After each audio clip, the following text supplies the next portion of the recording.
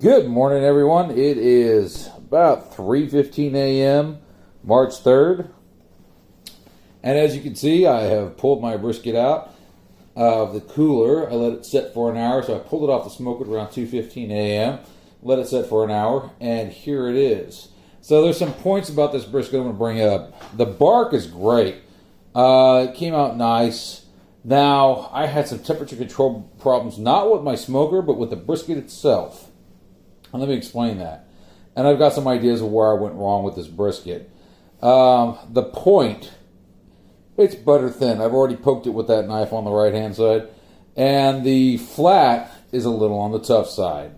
Reason being is right when I was going to pull it off, which was before 2:15 a.m. this morning, it was actually technically already at 2:03 on the point.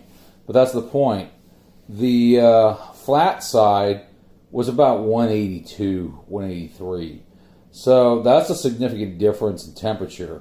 And you really want your flat to be upwards, at the bare minimum when you're pulling it off to rest, you want it to be around 190 at the bare minimum. So I had some time to go. I had to get that temperature up.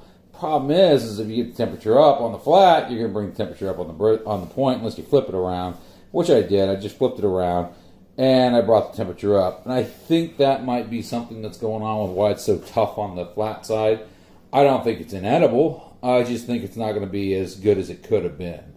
That's not an issue with the tenderization processes that I've been using because I've done it prior once. And that particular brisket came out excellent. And it was also a select brisket. This brisket, I think, isn't going to be as good, but that's because I failed in my temperature control of the brisket itself. And I'm going to have to evaluate my cook methodology to figure out what I did wrong to cause this brisket to not have even temps across the whole brisket or overcooking, undercooking one side versus the other. So that's something I'm going to do further research on and look into. But other than that, I'm going to go ahead and cut this thing up and get it ready for tomorrow because we're going to eat it later. Tomorrow being today, it's Sunday.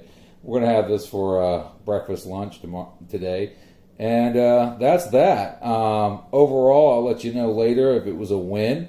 I'll post in the comments or the section, commentary section, of whether or not it's a win or if I encountered some significant issues or if the flat side was pretty much just inedible. And I'll be honest about that one way or the other, whatever it turns out. But until then, I'm going to get this thing separated and repackaged and put in the fridge and get some sleep.